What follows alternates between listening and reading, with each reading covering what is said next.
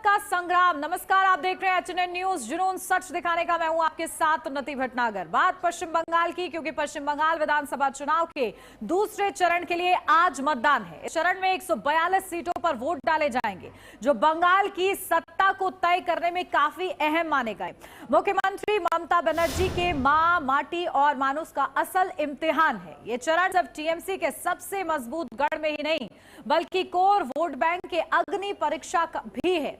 इस फेज जो भी दल सियासी बाजी मारने में कामयाब रहेगा, उसी के नाम बंगाल की सत्ता। बंगाल चुनाव के दूसरे चरण के जरिए सत्ता की दशा और दिशा तय है, क्योंकि इस इलाके को सीएम ममता बनर्जी का अवैध किला माना जाता है। टीएमसी के उस कोर बेल्ट में चुनाव है। कोलकाता की सभी शहरी सीटें इसी चरण में शामिल है। इसके अलावा 24 परगना उत्तर और दक्षिण दोनों जिलों की सीटें हैं। हावड़ा, नदिया पूर्व और पश्चिम मेदिनीपुर जिले की सीटें हैं। ऐसी ही पूर्व और पश्चिम बर्धमान की सीटें हैं, जहां पर 2021 में टीएमसी ने क्लीन स्वीप किया था। कोलकाता और 24 परगना में भाजपा पिछली बार एक भी सीट नहीं जीत सकी थी, और इसी इलाके के बदौलत ही बंगाल में सत्ता की हैट्रिक लगाने में कामयाब रही थी। तो बीजेपी ने इस बार बंगाल और जंगल महल की अपनी मजबूती को दक्षिण बंगाल में दोहराने की कोशिश है। तो असर क्या होता है, नतीजे बताएंगे, जो कि 4 सामने आएंगे। लेकिन इससे पहले, क्योंकि आज 142 सीटों पर की प्रक्रिया लगातार जारी है, ऐसे में बेहद ही निर्णायक भूमिका ये फेज सामने आएगा, क्योंकि कहीं ना कहीं ये अग्नि परीक्षा समझा जा रहा है। बनर्जी जो 3 बार शासन कर चुकी हैं और चौथी बार जीत की कोशिश कर रही हैं, उनके अवैध किले को भेदने के लिए बीजेपी ने अपने दिग्गज को मैदान में उतारा है, जिनमें से एक दिग्गज शुवेंदु अधिकारी भी हैं, जिन्होंने नंदीग्राम में हराया था देखिए पिछली बार ममता बनर्जी को। ऐसे में इस बार वो भवानीपुर सीट से सीधी और कांटे की टक्कर क्योंकि देखने को मिलेगी, क्योंकि बीजेपी के पास एक बड़ा चेहरा शुवेंदु अधिकारी और ममता बनर्जी, क्योंकि एक बड़ी लोकप्रियता और कहीं ना कहीं बड़ी पकड़ वो इस चरण में रखती हैं, जो सीटें चरण में कवर हो रही है उन पर। ऐसे में मुकाबला बेहद ही ज्यादा दिलचस्प बना हुआ है। आज फाइनल फैसला हो जाएगा, क्योंकि आज प्रत्याशियों की किस्मत ईवीएम में कैद हो जाएगी और 4 मई को नतीजे सामने आएंगे। जो बीजेपी बिहार जीतने के बाद ये कह रही है कि अगला नंबर पश्चिम बंगाल का है, आखिर ये ख्वाब बीजेपी का सच होता है कि नहीं, ये देखना होगा 4 मई को। और साथ ही साथ, क्योंकि टीएमसी ये कह रही है कि तीसरी बार के बाद अब चौथी बार भी ममता बनर्जी जीतने जा रही हैं, तो आखिर क्या मुकाबला रहता है, कितना दिलचस्प क्योंकि बना हुआ है ये मुकाबला। और इस मुकाबले में किस तरीके से सियासी माहौल क्योंकि टाइट है, बड़े बड़े दिग्गज यहां पर प्रचार प्रसार करके गए हैं। गृह मंत्री हो सीएम योगी आदित्यनाथ हो, खुद प्रधानमंत्री नरेंद्र मोदी हो, जिस तरीके से सभी एक स्वर में गए हैं कि इस बार दीदी की विदाई तय है, परिवर्तन तय है। आखिर इन बयानों का क्या असर, क्योंकि कई मुद्दे उठाए गए। महिला वोटर्स क्योंकि इस पूरे चरण में कहीं ना कहीं निर्णायक भूमिका आती हुई वो भी नजर आएंगी। ऐसे में महिलाओं से जुड़े हुए जो मुद्दे उठाए गए वो कितने कारगर यहां पर साबित होते हैं। भ्रष्टाचार जैसे जो मुद्दे टीएमसी के खिलाफ बीजेपी रखे, आखिर वो किस तरीके से सामने आते हैं, ये देखना दिलचस्प होगा। तो देखिए, कुल सीटें ग्राफिक्स के जरिए ये आंकड़ा आप समझ लीजिए, जहां बंगाल में वोटिंग का राउंड क्योंकि 2 है, टीएमसी 142, बीजेपी 141, सीपीएम 100। तो कुल सीट 142 उम्मीदवार हैं और उम्मीदवार 1448 हैं। तो दूसरे चरण 142 सीटों पर यह मुकाबला। 2021 में देखिए टीएमसी ने 123 सीटें जीती थी, जहां महज 18 सीटें जीती थी। 2016 में 125 सीटें टीएमसी ने जीती थी और बीजेपी का खाता नहीं यानी कि शून्य था। तो 2021 में बीजेपी ने परफॉर्मेंस अपनी बढ़ाई, लेकिन अब 2026 में क्या मुकाबला रहता है ये देखना होगा। तो देखिए, दूसरा फेज और भवानीपुर में कड़ा मुकाबला है। सबसे ज्यादा हाई प्रोफाइल सीट यही है, क्योंकि यहाँ नेता प्रतिपक्ष शुवेंदु अधिकारी जो कि बीजेपी के तरफ से हैं, वो सीधी टक्कर दे रहे हैं वर्तमान की मुख्यमंत्री यानी कि ममता जी को। तो कैसा मुकाबला यहाँ रहता है ये देखना दिलचस्प रहेगा। और देखिए, दूसरे फेज के जिलों में मुस्लिम आबादी कितनी है वो परसेंटेज के जरिए हम आपको बता रहे हैं, पूरे ग्राफ के जरिए, मैप के जरिए, कि आखिर कहां कहां मुस्लिम वोटर्स की संख्या है, जो कि कोर वोट बैंक कहीं ना कहीं टीएमसी का माना जाता है। ऐसे में मुकाबला बेहद ही ज्यादा दिलचस्प है कि आखिर ये वोट बैंक किसके खाते में इस बार जाता नजर आए। तो ग्रेटर कोलकाता का समीकरण अब आपको बताते हैं, 10 सीटों पर मुस्लिम आबादी 25%। तो देखिए किस तरीके से ये पूरा समीकरण, क्योंकि कहीं ना कहीं ये कोर वोट बैंक टीएमसी का रहा है और 10 सीटों पर क्योंकि मुस्लिम आबादी 25% है, तो इससे आप समझ सकते हैं कि क्या इसका असर रहने वाला है आज मतदान के दौरान भी। और मुकाबला कांटे की टक्कर टीएमसी वर्सेस बीजेपी में है। तो 25 सीटों पर हिंदू आबादी जो है 75%। 2021 में 35 में से 9 सीट टीएमसी ने जीती थी। मुकाबला लगातार दिलचस्प इस बार भी बना हुआ है, क्योंकि इस बार तीसरी बार नहीं बल्कि चौथी बार ममता बनर्जी ये चाह रही हैं कि किस तरीके से इस बार वो जीत हासिल कर ले।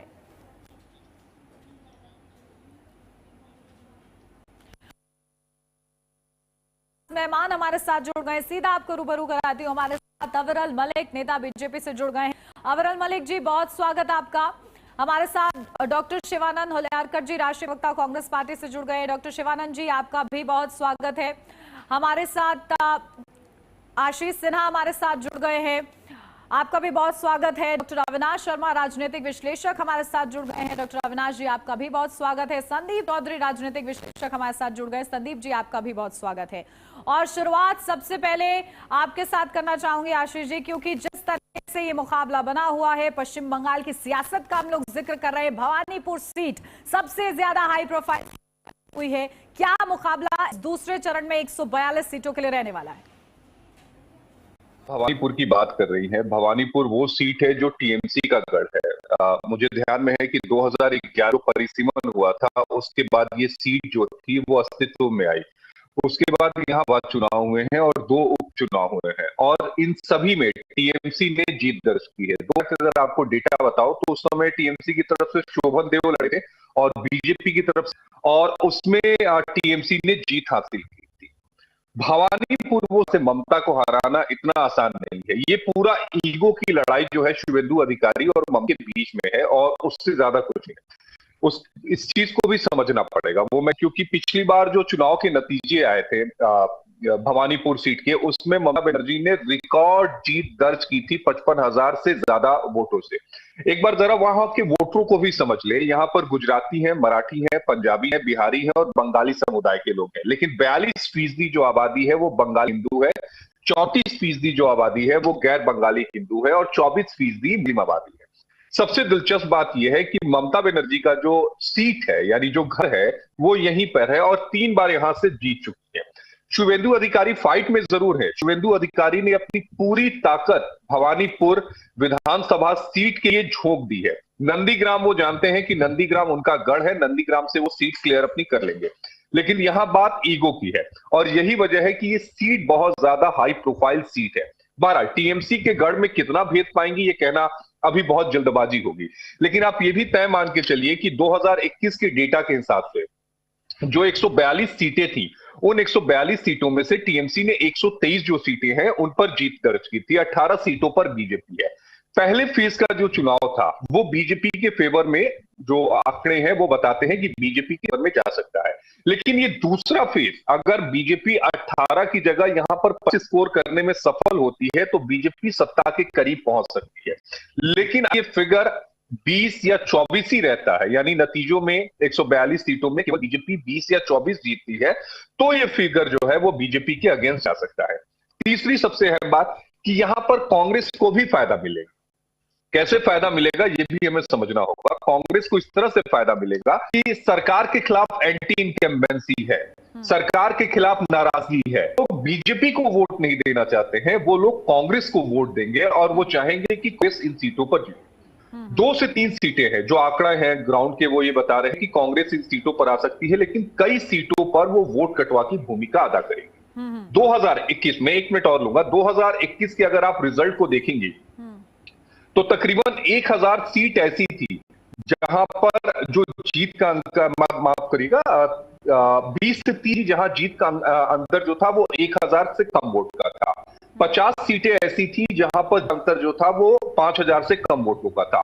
100 सीटें ऐसी थी जहां पर और जीत का अंतर वो 10,000 से कम वोटों का था। यानी कुल मिलाकर 150 से ज्यादा ऐसी सीटें थी बंगाल में जहां पर जीत का जो अंतर है वो 10,000 से कम वोटों से रहा है। तो ऐसे में अगर टीएमसी के वोट कहीं से भी कटते हैं, चाहे एआईएमआईएम काटे, चाहे कांग्रेस काटे या दूसरी मुस्लिम पार्टियां काटे, तो उसका सीधा फायदा बीजेपी को मिलेगा। और यही वजह है कि बीजेपी आश्वस्त है कि वो सरकार बनाने जा रही है। लेकिन ये जो गढ़ है, चाहे 24 परगना की बात कर लीजिए, चाहे आप हावड़ा की बात कर लीजिए, चाहे आप भवानीपुर की बात कर लीजिए, ये वो गढ़ है जहां पर सिंह लगाना मुश्किल है बीजेपी के लिए। बिल्कुल, और इसीलिए इसे अवैध किला कहा जाता है ममता बनर्जी का। लेकिन फिलहाल बीजेपी ने कोशिश की है। डॉक्टर अविनाश शर्मा जी, आपके पास आ रही हूँ सीधा। आपको ये मुकाबला कैसा लग रहा है? क्योंकि देखिए, यहाँ पर जो 142 सीटें, उनमें से 25 सीटें ऐसी हैं जहां पर महिला वोट बैंक जो है काफी ज्यादा निर्णायक भूमिका में है, क्योंकि महिला वोटर ज्यादा है। और मुद्दा क्योंकि इस बार सबसे ज्यादा महिलाओं का भी उठाया गया है, तो क्या लग रहा है, इस सीट में कितना मुकाबला किसके पाले में जाता हुआ फिलहाल आपको नजर आ रहा है? देखिए उन्नति जी, सबसे पहले तो मैं आपके माध्यम से जो बंगाल की जो मतदाता है अपील करना चाहूंगा कि सब ज्यादा से ज्यादा अधिक संख्या में अपने मताधिकार प्रयोग करें, पहली बात। दूसरी बात, अभी जैसे आपने जो मुझसे सवाल किया उस विषय पे मैं ये बताना चाहूंगा आपके माध्यम से कि जिस प्रकार से जो 25 सीटों की आप बात कर रहे हैं, उसमें कहीं ना कहीं एसआईआर का फैक्टर भी देखने को मिलेगा। और भारतीय जनता पार्टी ने इसी फैक्टर को, एसआईआर को घुसपैठ से जोड़ के जो एक नैरेटिव सेट किया है, उस नैरेटिव का कहीं ना कहीं फायदा सीधा बीजेपी को मिलता नजर आ रहा है। और यही एक फैक्टर है कि जो एसआईआर में 91 लाख। अविनाश जी, मैं आपको 1 मिनट के लिए रोकूंगा। आप ये कह रहे हैं कि एसआईआर का जो फैक्टर है उसका फायदा बीजेपी को मिलता हुआ दिख रहा है। 91 लाख जो वोट हैं वो काटे गए हैं, जिनमें से 47 लाख जो लोग हैं वो मृत थे, जिनकी डेथ हो चुकी थी। अब एसआईआर का फैक्टर, एसआईआर के सहारे ममता बनर्जी चुनाव में उतरी हैं। आपको लगता है कि क्या ये डर है ये मतदाताओं को प्रभावित नहीं कर रहा है? क्योंकि ग्राउंड पर अगर आप जाए तो ग्राउंड पर इस बात को कन्वे करने की कोशिश की गई है कि अगर आपका नाम मतदाता सूची से गया तो आपकी नागरिक जाएगी।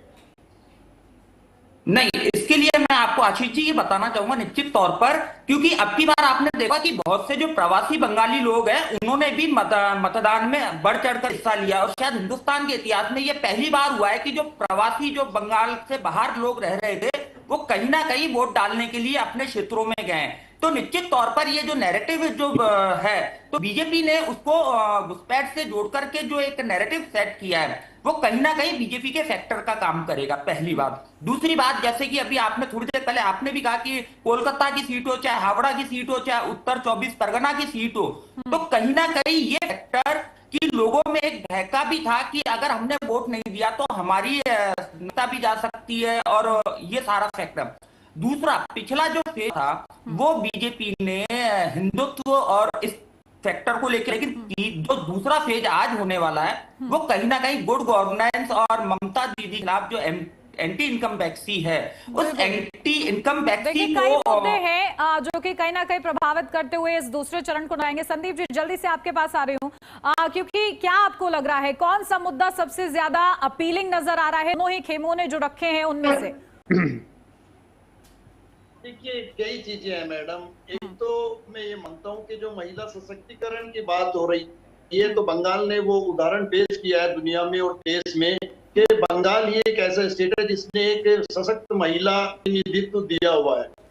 दूसरी चीज ये आ जाती है कि ये नहीं चाहता कि यहाँ पर बुलडोजर राज आ जाए और कानून का राज खत्म हो जाए, किसी के भी घर पे बुलडोजर चल जाएगा। तीसरी चीज ये है कि बंगाल एक ऐसा स्टेट है जिसने तक अशोक खैरात पैदा नहीं होने दिया, गोपाल कांडा पैदा नहीं होने, ब्रजभूषण शरण सिंह पैदा नहीं होने दिया, लेकिन यहाँ पर आरजेकर मेडिकल कॉलेज में जो हुआ वहां पर न्याय भी तो नहीं मिला सर, फिर ये भी हम नहीं भूल सकते। देखिए, बहुत अच्छी बात आपने कही, कॉलेज की बात है। क्या केंद्र ने कोई फास्ट ट्रैक कोर्ट बना करके उसको न्याय दिलाने का काम किया? क्या संदीप जी एक मिनट यहाँ पर संदीप जी, बंगाल वो राज्य है जहां पर चुनाव से पहले और चुनाव के बाद हिंसा होती है। बंगाल वो राज्य है जहां पर महिलाओं की सरेआम इज्जत लूटी जाती। क्या इस बात से आप इनकार कर रहे हैं पोस्ट वायलेंस जो हुआ था? देखिए आशीष जी, बंगाल वो राज्य है जब राम मंदिर बनाने की लहर चली देश में, और मैं आपसे कुछ पूछ रहा हूं, मैं आपसे बड़ा सीधा सा पूछ रहा हूं। कि क्या ऐसी घटनाएं आई कि नहीं? क्या ऐसी घटनाएं आई कि नहीं? बंगाल वो राज्य है जब धारा 370 हटाने की लहर बनाई गई, पूरे देश में सरकारें बदली, लेकिन बंगाल नहीं बदला। बंगाल वो राज्य, जब मोदी जी की लहर पूरे देश में चल रही थी तो ममता बनर्जी ने सरकार बना करके दिखाई। और अब की बार जो एसआईआर का मुद्दा है, ये बहुत बड़ा फैक्टर है। एसआईआर को आप आशीष जी ऐसे समझ सकते हैं कि मुस्लिम समाज के अंदर एक डर और भय था, कभी सीए के नाम पर, कभी एनआरसी के नाम पर। उन्होंने अपने सब काम करके अपनी डॉक्यूमेंटेशन पूरी कराई, अपनी वोटर कार्ड बनवाए। ठीक है। लेकिन जो हमारा हिंदू समाज है, हिंदू समाज में जो बंगाल का व्यक्ति दिल्ली में बैठा है, अपनी नौकरी कर रहा है, उसको लगा मैं तो हिंदू, मैं तो पाकिस्तान और बांग्लादेश नहीं जाऊंगा, मुझे वोटिंग कार्ड बनाने की जरूरत नहीं है। जो बनिया समाज के लोग दुकान पे बैठे, उन्हें लगा मैं क्यों। ठीक है, एसआईआर के बाद अविरल मलिक जी, एसआईआर के बाद क्या आप लोगों के लिए जीत का परसेंटेज बढ़ गया है क्या पश्चिम बंगाल में? क्योंकि विपक्ष को भी यही लगता है और जो विश्लेषक हैं कई हमारे साथ जुड़े हुए, उनको भी ऐसी आशंका है। क्या कहेंगे जल्दी से? जी देखिए, जहां तक विषय किसे क्या लगता है नहीं लगता, उस सबको अपना अपना विषय सब रख सकते हैं, लेकिन जो वास्तविकता है वो ये है, अगर बात कर ली जाए एसआईआर की, और तो ये इस देश में नवी बार हो रहा है, कोई पहली बार नहीं हो रहा है। इस चीज को याद रखा जाना बेहद महत्वपूर्ण है। दूसरी चीज, जहां तक विषय एक तरीके से पर्टिकुलरली अगर बात कर जाए वोटर लिस्ट को अपडेट करने की, अपग्रेड करने की, तो निश्चित रूप से हर चुनाव में होती है, होनी चाहिए। और जहां तक विषय है फर्जी वोट कटने का, तो वो कटते हैं, कटने चाहिए। और जो डबल ट्रिपल वोट्स बनवा के लोग बैठे रहते हैं, कोई अगर मुंबई का निवासी है, वो उत्तर प्रदेश में लखनऊ में नौकरी करने आता है, वो लखनऊ में ही वोट बनवा लेता है, बंबई में ही वोट बनवा के बैठा होता है। मैं समझता हूँ डबल ट्रिपल वोट्स भी हटने चाहिए। एक वोट सबका अधिकार है। और उसके साथ साथ जहां तक विषय अगर किसी की रियल वोट कटती है तो पूर्ण रूप से गलत है, नहीं कटनी चाहिए। और उसके जहां तक विषय है इलेक्शन कमीशन का, तो इलेक्शन कमिश्नर ने इस चीज पे बहुत ध्यान दिया। और अगर बात कर जाए आज की विशेष रूप से, तो आपके एचएनएन न्यूज टीवी चैनल के माध्यम से भी निवेदन करना चाहूंगा बंगाल की जनता से कि सभी भारी संख्या बाहर निकले और मतदान करने का पूर्ण रूप से काम करें। लोकतंत्र का बड़ा पर्व है और बहुत ही पारदर्शिता के साथ होने की जरूरत है, यही उम्मीद है। डॉक्टर शिवानंद जी, आपके पास आ रही हूं, क्योंकि मुकाबला सीधा टीएमसी वर्सेस बीजेपी देखा जा रहा है, लेकिन कांग्रेस को कितनी उम्मीद है? गुड मॉर्निंग सबको, पूरा पैनलिस्ट को नमस्कार। देखिए, जो भी पश्चिम बंगाल में जो निर्णायक होगा, अकेला करेगा, कांग्रेस पार्टी करेगा। हमारा नेता जननायक राहुल गांधी जी। देखिए, कांग्रेस पार्टी एक नेशनल पार्टी है, बीजेपी भी नेशनल पार्टी है, तो दोनों में फाइट होगा। और नरेंद्र मोदी 3 यम फैक्टर है, एक मोदी यम, ममता दीदी यम और महिला यम। महिलाओं के मुद्दा बहुत बड़े मायने में होगा, क्योंकि जिस तरह से मैंने उधर मैं बीजेपी नेता को रहता हूँ, 10 काम कौन सा अच्छा काम किया पश्चिम बंगाल के नरेंद्र मोदी जी। 12 साल तो आ गए, अच्छा काम किया। सिर्फ CBI, ED, income tax misuse करना, चुनाव आयोग अभी ज्ञानेश कुमार गुप्ता के नाम पे चुनाव, घुसपैठिया तो अमित शाह जी का ड्यूटी क्या है? अगर इतना ही है तो इन्होंने क्या किया? सर, नेशनल इलेक्शन नहीं है अभी राष्ट्र की बात नहीं कर रहे, अभी हम ये बात करें पश्चिम बंगाल में चुनाव है, वहां पर तो ममता बनर्जी की सरकार है, टीएमसी ने क्या किया, ये उन्नति जी सुनिए। दूसरी बात, योगी आदित्यनाथ जी पश्चिम बंगाल में आके मुझे खुद आजाद देता हूँ, स्वामी विवेकानंद, ऐसा बहरे बात। वहाँ के गुंडा आईपीएस ऑफिसर को लाके अच्छा, शिवानंद भाई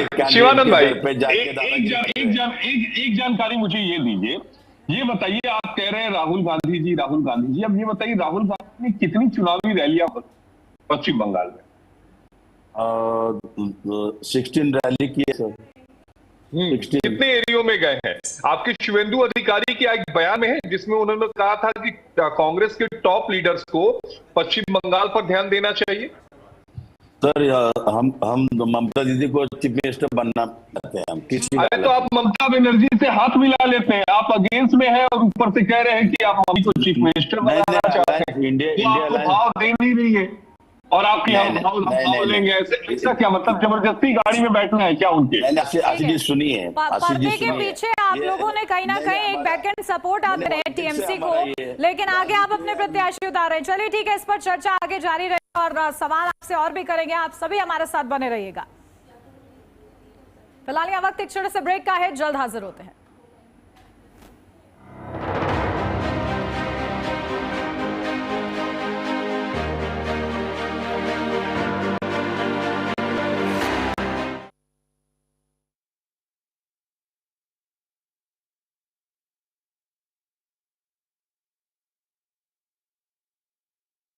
आइसक्रीम खाओगी? जंगल में आइसक्रीम मिलती है।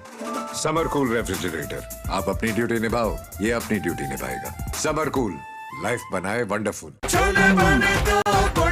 गोल्डी छोले मसाले, जहाँ जाए रिश्ते बनाए। गोल्डी लाए हैं फ्रेश लॉक टेक्नोलॉजी, जो रखे मसालों को हर समय फ्रेश। फर्श की टाइल्स को चेंज करो, बड़ी स्लिपरी हैं। थर्मोकूल वॉशिंग मशीन। थर्मोकूल, इंडिया का नया अंदाज। अबे घोचू, जी के स्ट्रॉन्ग करने का अथा इंडिया को मालूम है। पेट सफा, हर रोग दफा। एक चका।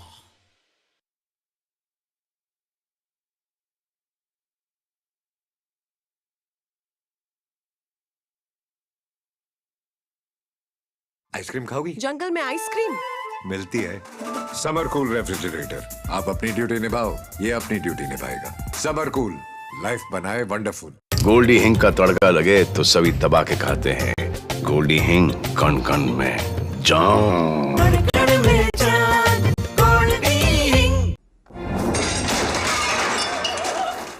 फर्श की टाइल्स को चेंज करो, बड़ी स्लिपरी हैं। थर्मोकूल वॉशिंग मशीन। थर्मोकूल, इंडिया का नया अंदाज।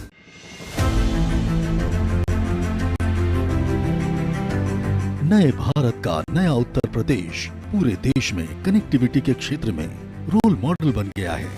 विगत 9 वर्षों में रोड कनेक्टिविटी से लेकर एयर कनेक्टिविटी और मेट्रो से लेकर रेल कनेक्टिविटी में यूपी नंबर 1 है। प्रधानमंत्री श्री नरेंद्र मोदी के मार्गदर्शन और माननीय मुख्यमंत्री योगी आदित्यनाथ के सतत प्रयासों से उत्तर प्रदेश विगत 9 वर्षों में सर्वाधिक एक्सप्रेस वे वाला प्रदेश बन गया है। सर्वाधिक अंतर्राष्ट्रीय एवं घरेलू एयरपोर्ट्स के साथ उड्डयन प्रदेश बन गया है।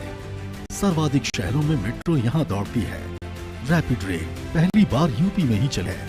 पहला इनलैंड वाटरवे वाराणसी से हल्दिया को जोड़ता है। स्वर्णिम संभावनाओं के खुले द्वार, समृद्धि की डबल इंजन रफ्तार।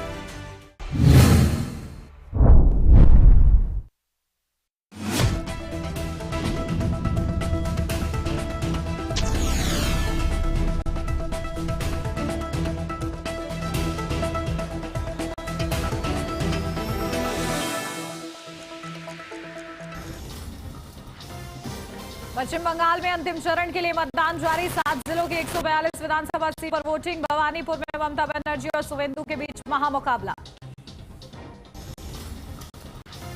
पीएम मोदी के वाराणसी दौरे का आज दूसरा दिन। विश्वनाथ मंदिर में किया दर्शन पूजन। गंगा एक्सप्रेसवे का भी करेंगे उद्घाटन। दिल्ली एनसीआर में बदला मौसम का मिजाज। आंधी तूफान, हुई बारिश, तापमान में गिरावट से मिली लोगों को राहत।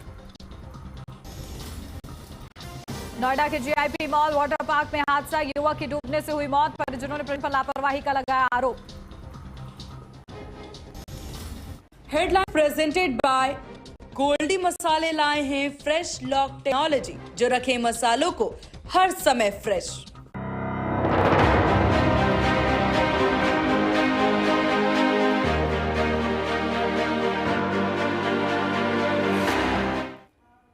ब्रेक के बाद स्वागत है आपका। बढ़ते हैं आगे। लगातार बात सियासत के संग्राम की, क्योंकि पश्चिम बंगाल में आज दूसरे चरण का मतदान लगातार जारी है। 142 सीटों के लिए मतदान की प्रक्रिया चल रही है। खास मेहमान हमारे साथ बने हुए, सीधा उन्हीं का रुख करते हैं। आशीष सिन्हा हमारे सहयोगी हमारे साथ बने हुए। पहले आपके पास आती हूँ, क्योंकि इस पूरे चरण में देखा जाए तो कहीं ना कहीं जो 3M का जिक्र किया डॉक्टर शिवानंद जी ने, ऐसे में महिला भी ज्यादा है 25 सीटों पर। ऐसे में महिलाओं की भूमिका कितनी ज्यादा निर्णायक भूमिका दूसरे चरण में आप समझ पा रहे हैं? क्योंकि जितने मुद्दे बीजेपी की ओर से उठाए गए हैं, कहीं ना कहीं भ्रष्टाचार में बड़ा मुद्दा एक रहा महिलाओं की सुरक्षा को लेकर। ऐसे में ये मुद्दा किस तरीके से इस पूरे चरण में प्रभावित करता हुआ मतदाताओं को नजर आ रहा है आपको? देखिए, अगर आप 90 के दशक से अभी तक का देखें, यानी 2026 तक का देखें, जितने भी विधानसभा चुनाव हुए हैं पश्चिम बंगाल में, उन सब में महिलाओं का वोट फीस जो है वो पुरुषों से तकरीबन 1.5% के करीब, अगर 1990 से अभी तक का मैं औसत निकालूं तकरीबन 36 सालों का, तो इनमें तकरीबन 1.5% हमेशा ज्यादा रहा है। इस बार के भी चुनाव में अगर जो पिछले हम पहले चरण की वोटिंग की बात करें तो तकरीबन 1.2% जो है वो प्रतिशत ज्यादा रहा है। अब दो चीजें हमें समझनी होगी। बीजेपी को हमेशा ये लगता है कि जो वोट बैंक है वो उनकी वोट बैंक है, और इसीलिए ज्यादातर योजनाएं चाहे आप केंद्र की देंगी तो वो ह्यूमन सेंट्रिक होती है, वो महिला सेंट्रिक होती है। ठीक जो टीएमसी चला रही है लक्ष्मी भंडारा योजना, जिसके तहत वो 1500 रुपए दे रहे हैं, उसी को इन्होंने, बीजेपी ने अपनी घोषणा पत्र, अगर आप मैनिफेस्टो को देखेंगे तो उसमें उन्होंने इसको 3000 दिया है। भ्रष्टाचार, गुंडागर्दी और महिला सुरक्षा का जो मुद्दा है, इसको कैसे बीजेपी जो है वो उठाने की कोशिश कर रही है। लेकिन बीजेपी ने एक दांव खेला पश्चिम पहले, वो था महिला आरक्षण का मुद्दा। महिला आरक्षण के मुद्दे पर वो चाहती थी कि 5 स्टेट्स के जो इलेक्शन है उनमें ये प्रभाव डाले, लेकिन ऐसा हुआ नहीं। वो एक गुब्बारे की तरह फूला तो जरूर, लेकिन वो फूट गया। लेकिन एसआईआर का जो मुद्दा है उसे भुनाने में टीएमसी जो है वो ग्राउंड पर कुछ हद तक सफल होती हुई दिख रही है, क्योंकि ग्राउंड में टीएमसी की तरफ से ये कन्वे करने की कोशिश की जा रही है कि ये जो नाम है अगर आपके जाते हैं तो आने वाले समय में नागरिक जो है वो जा सकती है। ऐसे आरोप टीएमसी के ऊपर लग रहे हैं। लेकिन सवाल मैं बार बार ये कह रहा हूं कि अगर इन 142 सीटों में से बीजेपी अगर 4 भी स्कोर कर लेती है तो पहले चरण का जो चुनाव हुआ था उसमें बीजेपी को एज है, इस बात से इनकार नहीं किया जा सकता। लेकिन अगर यहां एज मिल जाए, सरकार बनाने के बेहद करीब आ जाएगी। बिल्कुल ठीक है। आशीष जी, माफी के साथ आपको रुक रही हूँ, आप सभी हमारे साथ बने रहिएगा। लेकिन इस बीच सीधा आपको ले चलते हैं, काशी प्रधानमंत्री नरेंद्र मोदी पहुंचे हुए हैं और किस तरीके से दर्शन पूजन वहां पर वो कर रहे हैं, सीधी तस्वीरें आपको वहां से दिखाते हैं।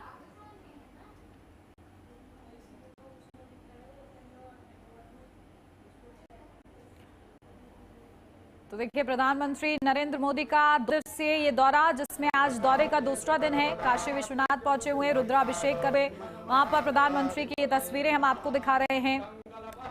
तो देखिए किस तरीके से प्रधानमंत्री पूरे विधि विधान के साथ दर्शन पूजन करते हुए वहां पर रुद्राभिषेक की ये तस्वीरें हम आपको दिखा रहे हैं। तो आज प्रधानमंत्री के दौरे का दूसरा दिन है, जहां कल बड़ी परियोजनाओं की सौगात ने दी है, आज भी गंगा एक्सप्रेसवे की सौगात वो देने वाले हैं। लेकिन उससे पहले देखिए दर्शन पूजन पूरा कार्यक्रम विश्वनाथ में।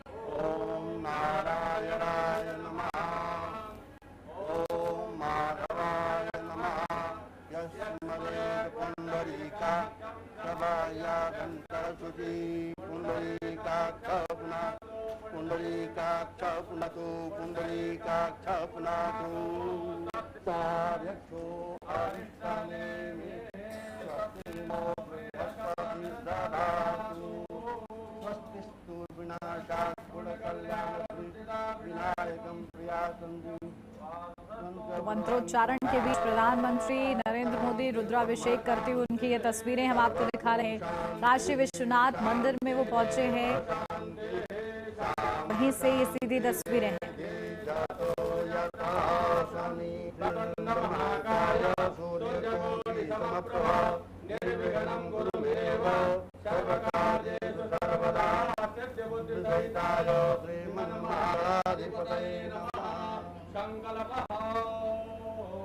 नमस्ते दुतमन्नवहुतो तैघवे नमः बाहुभ्यामुदते नमः जामिरुं गिरिशान्तहस्ते बिभर्तवे शिवाङ्गृहीतां कुर्माहि गुंसीः पुरुं जगतः शिवेन भज गिरिशाच्च वदामसि जघनः सर्वं जगदयतुं सुमनाय सता यद्यवोचदि।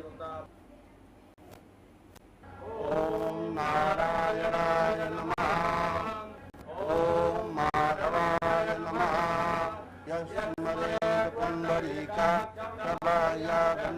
शुचि पुंडरीका पुनातु पुंडरीका सार्यक्षो अरिष्टाने स्वस्तिनो प्रतिदधातु स्वस्तिस्तु विनाशाख्या पुण्यकल्पि विनायकं प्रियासन्ति ब्रुवन्तु नः शांति ब्रह्म शांति सर्वगुण शांति शांतिरेव शांति सामा शांतिरेधि जतो यथा शनि निर्विघ्नं कुरु मे देव सर्वकार्य सर्वदा सिद्धिबुद्धिसहिताय श्रीमन्महागणाधिपतये नमः। संकल्पः नमस्ते मन्दबहुतो तैघवे नमः बाहुभ्यामुदते नमः जामिकुं गिरिशन्तस्ते बिभर्तवे शिवाङ्गदेतां कुर्माहि गुंसीः पुरुषं जगतः शिवेन वच गिरिशाच्चात् वदामसि यथा नः सर्वमि जगदयतुं सुमनाय सता यज्ञभोच्यतरि ॐ नारायणाय नमः ॐ माधवाय नमः यस्मरे पुण्डरीकाक्षयन्तरशुचि पुण्डरीकाक्षपुनातु भुपयो दिव्यन्तरिक्षे पयोधा सरस्वतीः प्रतिशः शन्तु मह्यम् अप्रो अकार्यं दिशो रसशभागं वस्य धाम अनुवधमावहमादयसु। और चलिए हमारे साथ हमारे सहयोगी लगातार बने हुए आशीष सिन्हा, सीधा उन्हीं का रुख करते हैं। आशीष जी देखिए, तस्वीरें हम दिखा रहे हैं अपने दर्शकों को, प्रधानमंत्री रुद्राभिषेक कर रहे हैं और देखिए जब भी वो पहुंचते हैं काशी के दौरे पर तो वो जरूर जाते हैं काशी विश्वनाथ, और तस्वीरें इस वक्त हम देख रहे हैं, क्या खास इस बार?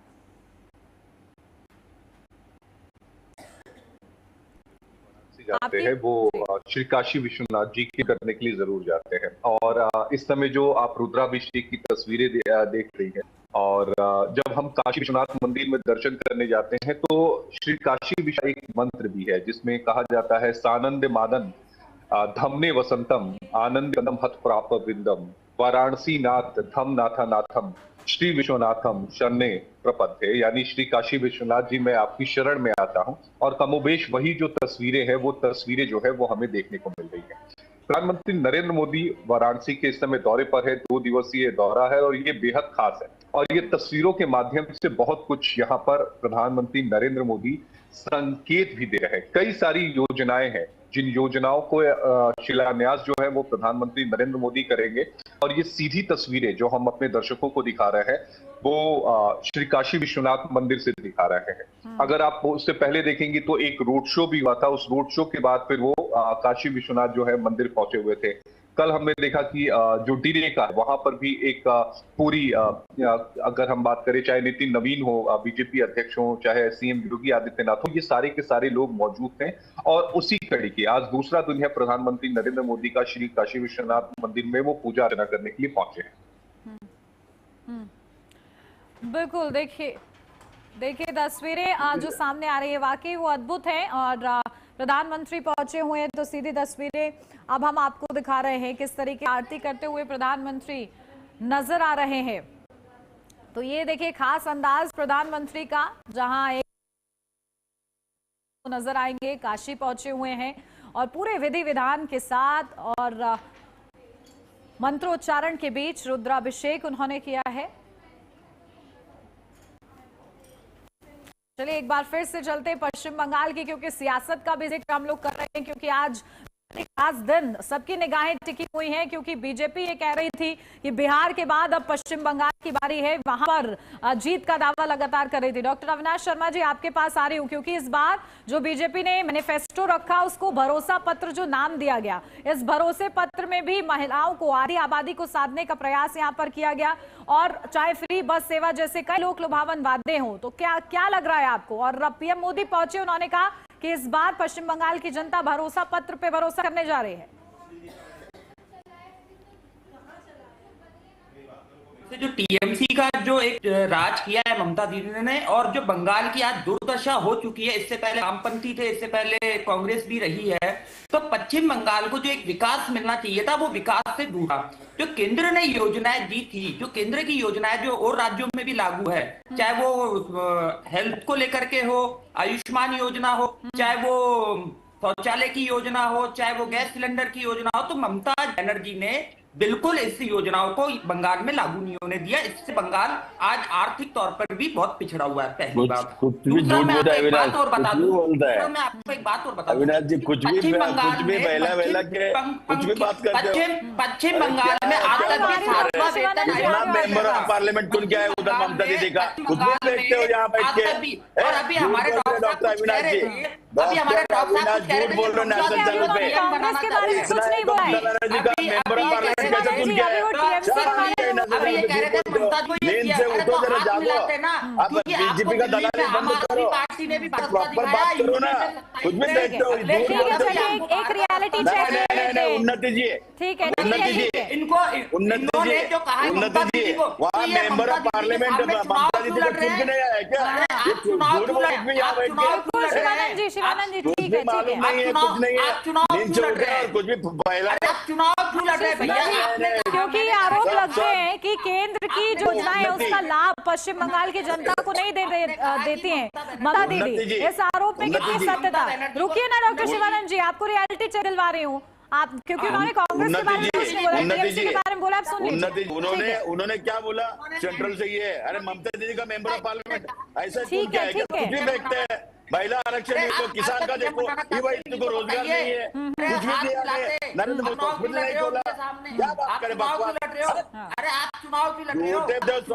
ठीक है, चलिए देखिए, ये टीएमसी और बीजेपी करते तो ज्यादा बेहतर लगता। पैनल पे एक राजनीतिक विश्लेषक है और एक कांग्रेस से जुड़े हुए हैं, उन्नति समझिए इसको। जी, ठीक है, ठीक है, आप देखिए और भी पैनलिस्ट है मेरे पास। डॉक्टर शिवानंद जी प्लीज, आशीष सिन्हा जी जल्दी से इस पर छोटा सा कमेंट फिर आ रही हूँ। अवरल मलिक जी, नहीं, उन्नति जी, मैं आशीष सर का ही मैं आंसर दे रहा हूँ। ब्रेक दिया और मोदी साहब का दिखाया। नहीं, आप बोलिए, शिवानंद भाई बोलिए, मैं सुन रहा हूं। सर आशीष सर, आपने एक मुद्दा बहुत अच्छा रखा कि इस टाइम बीजेपी का, लेकिन सर बीजेपी में नेता कौन है? महिला भी कोई नहीं है, लीडर उधर कोई भी नहीं है। अभी सुदेंदु सरकार टीएमसी से आए हैं, बीजेपी का करनी और कतनी, सीआईडी, इनकम टैक्स, चुनाव आयोग, यही चित्र है। अगर इतना ही दम है, नरेंद्र मोदी बनारस में हारे हुए चुनाव है, 9 राउंड तक सर अजय रॉय जी चुन के आया था। वहाँ पश्चिम बंगाल में नरेंद्र मोदी जी, मैं बीजेपी नेता का कौन सा अच्छा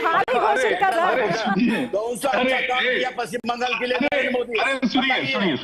अरे सुनिए शिवानंद भाई, मैं तो चूंकि बनारस से हूँ तो और ऐसा नहीं है कि मुझे माँ गंगा ने बुलाया है, तो मेरा जन्म ही बनारस में हुआ है।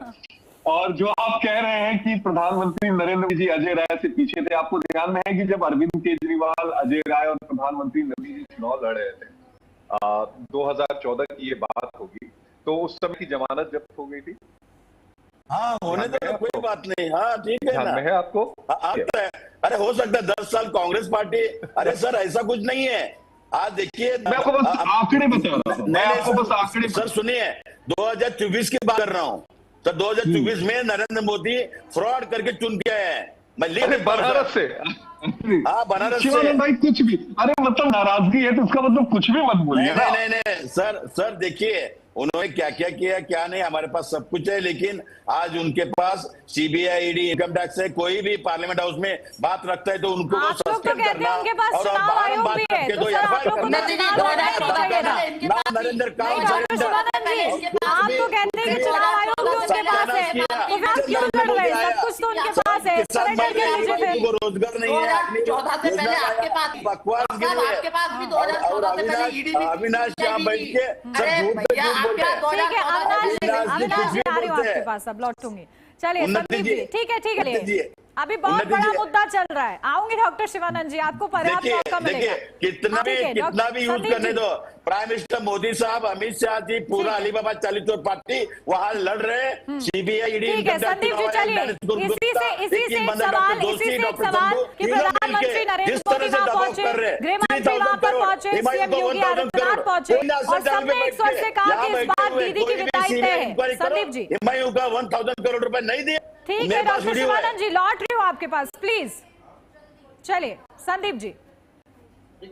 देखिए उन्नति जी, मैं किसी के बीच में नहीं बोलता हूँ, बड़े ध्यान से सबकी बात सुनता हूँ। एक तो मुझे बहुत अच्छा लगा मंदिर में मोदी जी को। संदीप जी की ऑडियो बढ़ाइए पीसीआर एक बार। हेलो, आवाज आ रही है उन्नति जी? जी आपकी आवाज आ रही है मुझे। उन्नति जी, मैं कहना चाहता हूँ मोदी जी को मंदिर में देखकर मुझे बहुत अच्छा लगा, लेकिन एक बात का दुख, हम सनातनी लोग हैं, हम राधा कृष्ण की बात करते हैं, श्री राम की बात करते हैं, शिव शक्ति की बात करते हैं, और एक शादीशुदा व्यक्ति हूँ, शिवानंद जी की भी शादीशुदा है, हम लोग घर में पूजा भी करते हैं, छोटा सा हवन भी करते हैं, तो पतत में होती है तभी वो मानी जाती है।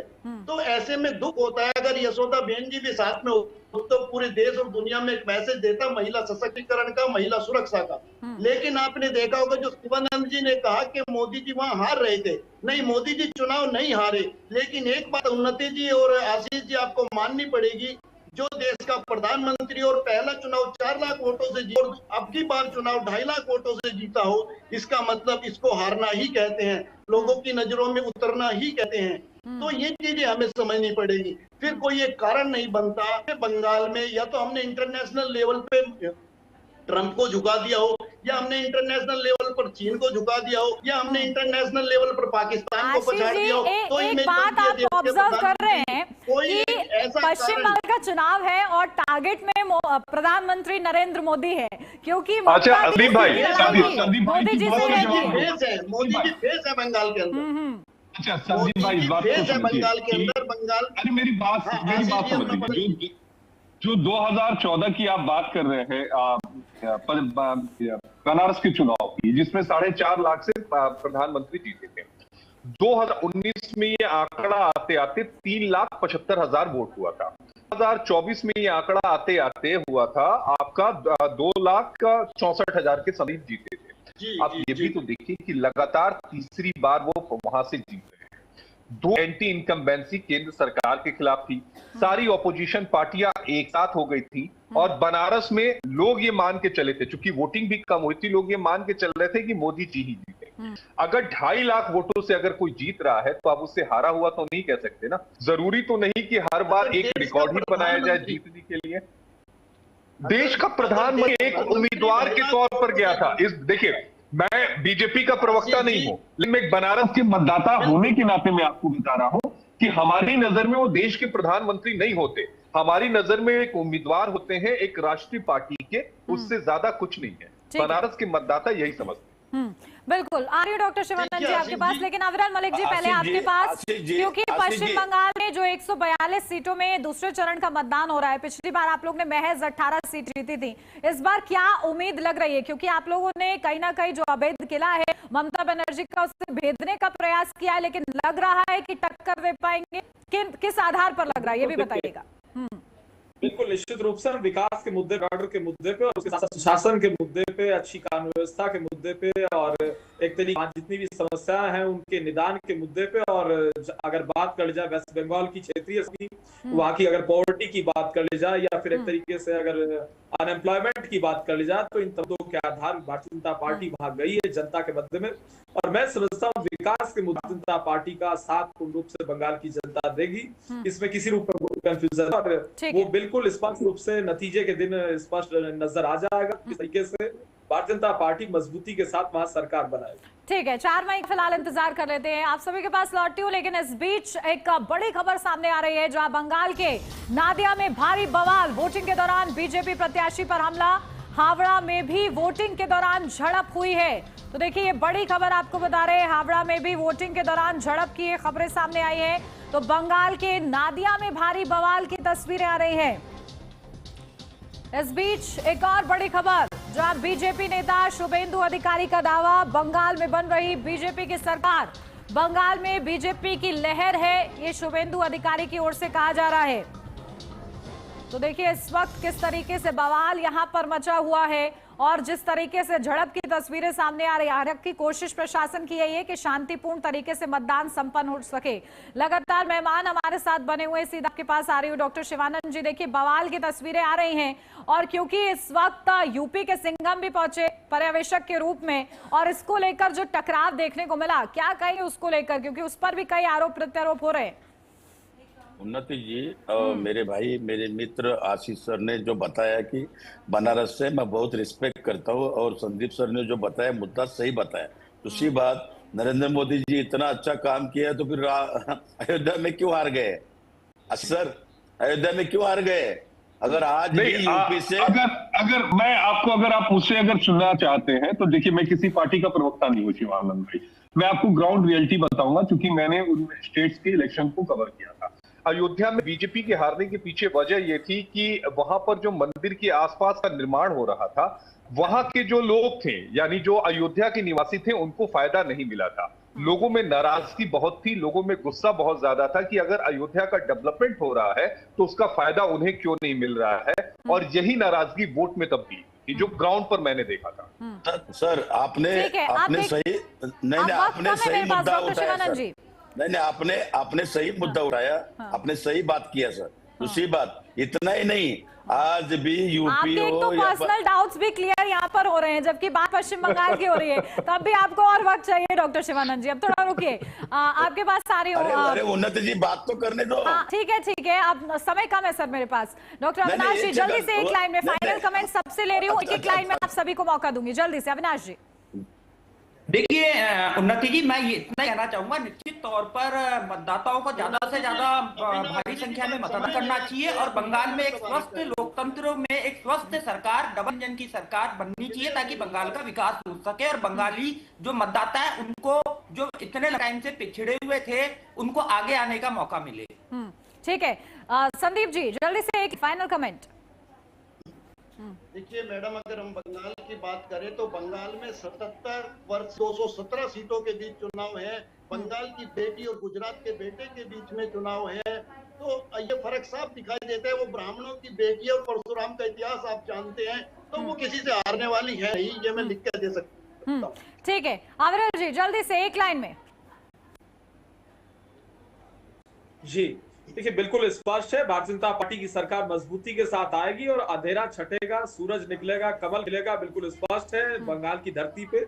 और जहां तक परिवर्तन का विषय है, तो बंगाल की जनता परिवर्तन चाहती है और एंटी इनकम्बेंट बात कर ली जाए, लंबे समय से इनकी सरकार रही, जो वहां के लोग कहते हैं और जो धारा पे मौजूद है, परिवर्तन की उम्मीद आप लोग कर रहे हैं। ठीक है, डॉक्टर शिवानंद जी आपके पास आ रही हूँ, प्लीज मुद्दे पर बोलिएगा, पश्चिम बंगाल के पेपर। ठीक है, देखिए पश्चिम बंगाल में ममता दीदी चीफ मिनिस्टर बनने जा रहे हैं। मैं सबको कांग्रेस में बोलता हूँ, लिख के देता हूँ, और पैसे का बारिश बीजेपी कर रहे हैं, लेकिन बीजेपी में कोई महिला नेता कोई भी नहीं है, सब बाहर से आए हुए लीडर है। शुभेंदु भी इसे शारदा घोटाला में गुजरात वॉशिंग मशीन से आए हैं, इसलिए कोई भी डेवलपमेंट नहीं। नरेंद्र मोदी 2014 से लेकर 2026 तक पश्चिम बंगाल के लिए 10 काम, कोई भी अच्छा काम नहीं, कोई हॉस्पिटल नहीं किया, रोजगार निर्माण नहीं किया, कोई युवती को रोजगार नहीं, अग्नि योजना, वहाँ के डेवलपमेंट, घुसपैठ, अरे क्या घुसपैठ, सिर्फ दादागिरी करना, ये नहीं राजनीति होता है। इस बार बड़ा मुद्दा असम की तरह पश्चिम बंगाल में भी। आशीष जी जल्दी से फाइनल कमेंट। देखिए, सबसे अहम सवाल यह है कि क्या जो पश्चिम बंगाल बम्पर वोटिंग हुई है वो सत्ता बदलाव की तरफ हो रही है क्या? अगर हम 1977 में देखें तो कांग्रेस पार्टी को हराकर कम्युनिस्ट पार्टी आई थी, उस समय पश्चिम बंगाल में सबसे ज्यादा वोटिंग हुई थी, 53% से ज्यादा। 2011 की बात करें तो 85% से ज्यादा जब वोटिंग हुई थी, तब कम्युनिस्ट पार्टी को हराकर टीएमसी आई थी। अब 2026 में हो रही है, तो क्या इस बार भी बदलाव है, या फिर ये बदलाव के लिए नहीं बल्कि सरकार के साथ एक बड़ा मैंडेट आ रहा है? ये सब कुछ 4 मई को तय होगा। बिल्कुल, देखिए 4 मई का क्योंकि इंतजार करना होगा। आप सभी का बहुत शुक्रिया हमारे साथ जुड़ने के लिए। तो बंगाल में आज दूसरे चरण का मतदान और इंतजार अब 4 मई का बेसब्री से, क्योंकि कहीं ना कहीं नतीजे सामने आएंगे जो खुलासा करेंगे कि आखिर पश्चिम बंगाल की सत्ता किसके हाथों जाने वाली है। फिलहाल यहाँ रुकने छोटे से ब्रेक के लिए, जल्द हाजिर होते हैं।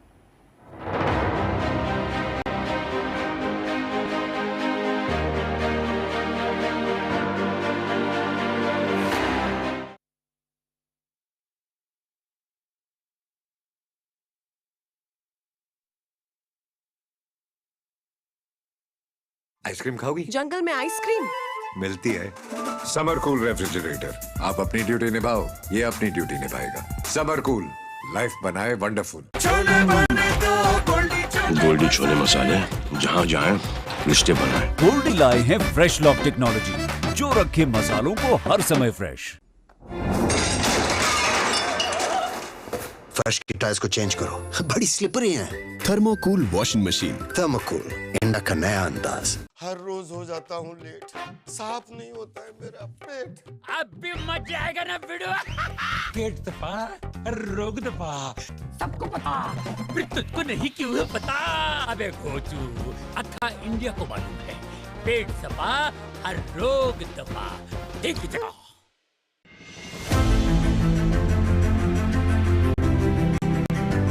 नए भारत का नया उत्तर प्रदेश पूरे देश कनेक्टिविटी के क्षेत्र में रोल मॉडल बन गया है। विगत 9 वर्षों में रोड कनेक्टिविटी से लेकर एयर कनेक्टिविटी और मेट्रो से लेकर रेल कनेक्टिविटी यूपी नंबर 1 है। प्रधानमंत्री श्री नरेंद्र मोदी के मार्गदर्शन और माननीय मुख्यमंत्री योगी आदित्यनाथ के सतत प्रयासों से उत्तर प्रदेश विगत 9 वर्षों में सर्वाधिक एक्सप्रेस वे वाला प्रदेश बन गया है। सर्वाधिक अंतर्राष्ट्रीय एवं घरेलू एयरपोर्ट्स के साथ उड्डयन प्रदेश बन गया है। सर्वाधिक शहरों में मेट्रो यहाँ दौड़ती है। रैपिड रेल पहली बार यूपी में ही चली है। पहला इनलैंड वाटरवे वाराणसी से हल्दिया को जोड़ता है।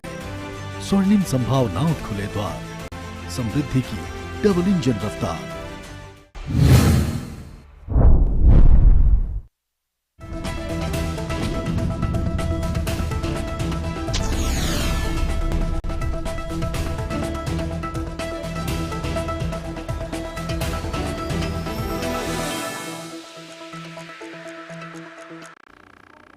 ब्रेक के बाद स्वागत है आपका। बढ़ते हैं आगे और आपको सीधा लिए चलते हैं काशी, क्योंकि प्रधानमंत्री नरेंद्र मोदी का 2 दिवसीय दौरा और आज दौरे का दूसरा दिन है और इस दौरान काशी विश्वनाथ पहुंचे हुए हैं। वहां पर पूजा अर्चना करते हुए प्रधानमंत्री नजर आए और अब देखिए सीधी तस्वीरें आपको दिखा रहे हैं किस तरीके से उनका स्वागत वहां पर किया जा रहा है।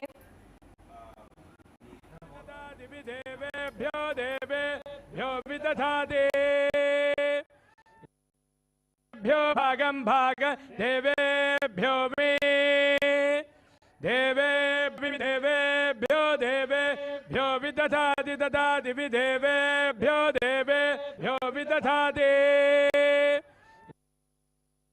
भ्यो भागं भाग देवेभ्यो मे देवेभ्यो विदेवेभ्यो देवेभ्यो विदधाति ददाति विदेवेभ्यो देवेभ्यो विदधाति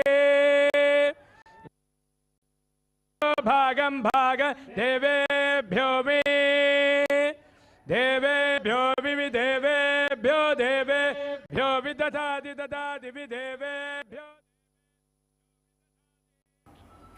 तो देखिए सीधी तस्वीरें काशी विश्वनाथ मंदिर से हम आपको दिखा रहे हैं पीएम मोदी की, जहां शिव साधना करते हुए वो नजर आए। रुद्राभिषेक उन्होंने किया और उसके बाद की ये तस्वीरें हम आपको दिखा रहे हैं, जहां देवों के देव महादेव का डमरू और त्रिशूल जो अपने आप में एक विशेष मान्यता रखता है।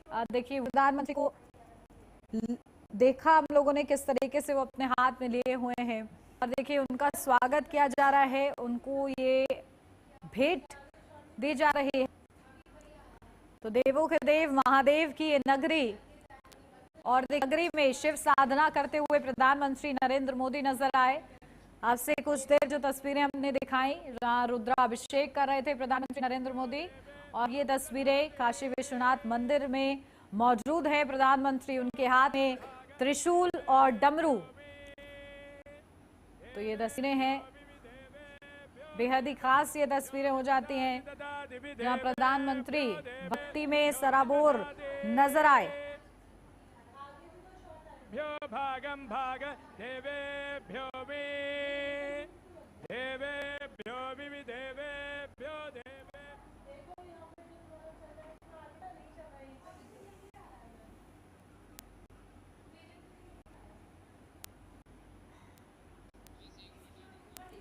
तो देखिए काशी विश्वनाथ मंदिर में पीएम मोदी ने पूजा अर्चना की है, पूरे वैदिक मंत्रोच्चारण के साथ, पूरे विधि विधान के साथ पूजा अर्चना करते हुए नजर आए। रुद्राभिषेक उन्होंने किया और उसके बाद प्रांगण में इस वक्त वो काशी विश्वनाथ के मौजूद हैं, जहां पर देखिए किस तरीके से उनके हाथ में आप डमरू देखेंगे, उनके हाथ में त्रिशूल देखेंगे और देखिए वो शिव साधना और शिव भक्त आज यहाँ पर उसके रूप में वो नजर आ रहे हैं प्रधानमंत्री। और देखिए महादेव की नगरी में प्रवेश करने के बाद प्रधानमंत्री एक भक्त के रूप में वहां पर पहुंचे हैं, तो ये तस्वीरें और भी ज्यादा खास हो जाती हैं। उनके हाथ में ये त्रिशूल और ये डमरू और ये काशी विश्वनाथ का ये अद्भुत दृश्य, जहां पर देखिए उनका स्वागत भी किया गया है और पूरे विधि विधान के साथ प्रधानमंत्री ने पूजा अर्चना की है।